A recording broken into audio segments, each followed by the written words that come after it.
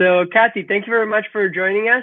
It's a great pleasure to have you here to discuss, blockchain technology, but also the intersection of blockchain technology and economics.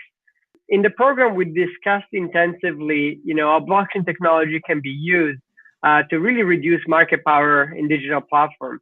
But what does it all mean? So market power is one of the fundamental concepts in economics. And basically, a firm that has market power is one that is able to dictate the terms of trade with a trading partner. So that may mean that they are sort of able to set the price at which they sell a good, or it could mean that they're able to request something of value, like access to your data. So it's sort of a nuanced thing, but essentially what it means is that you can dictate what a trade with a trading partner looks like. Now, market power is really interesting because it's not a binary variable. It's not that you either have market power or you don't. Really, it's sort of this continuous variable that can differ depending on the context. So typically when economists think about market power, we think about something like the number of firms operating in a market. So if you only have one firm, a monopolist, then that monopolist can essentially set whatever price they want because consumers aren't going to have other options if they're looking to purchase that good or service that the monopolist is offering. Now, the more firms come into the space, the more that monopolist would then be subject to other market forces. So they're going to have to take into consideration what the prices and other activities of those competitors are when setting their price. So this sort of ranges from the monopolist price setter to a perfectly competitive market where each firm is what we call a price taker. And what are some of the things that you would try to assess in trying to determine, can this market power even be reduced in this particular setting or not? What I think is really interesting about these platforms is that there's basically three parts to transactions. So you have some process by which buyers and sellers are matched. And then the buyer, a particular pair, buyer and seller, agree to what the price is going to be. And then the payment for that transaction has to be processed.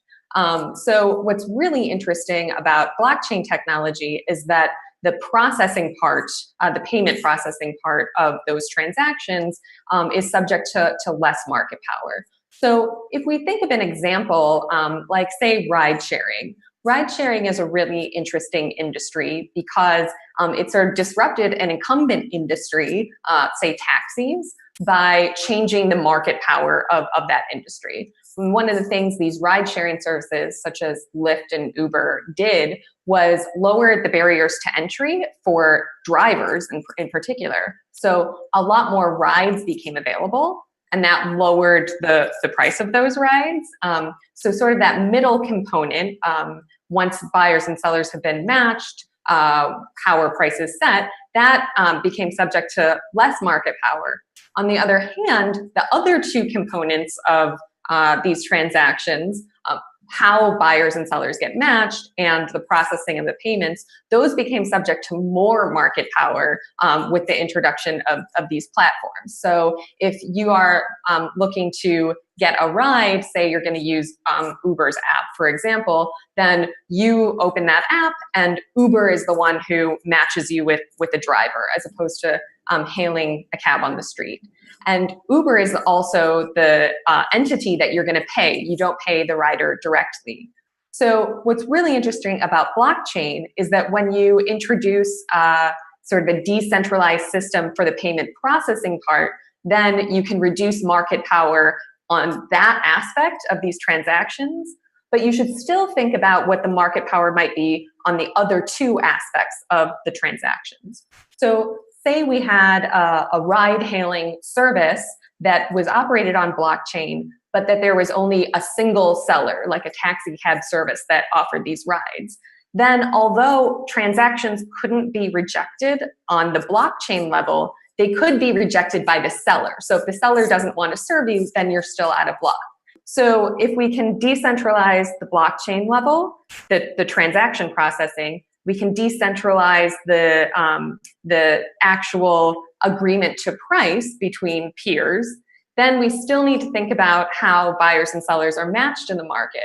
So if you have a service coming in, like an app that you can open to find the rider that's closest to you, then that service provider might still be able to generate market power by offering the best service and attracting all of the drivers and riders to that service. So there's sort of three components you have to consider when thinking about how much these platforms are able to reduce market power.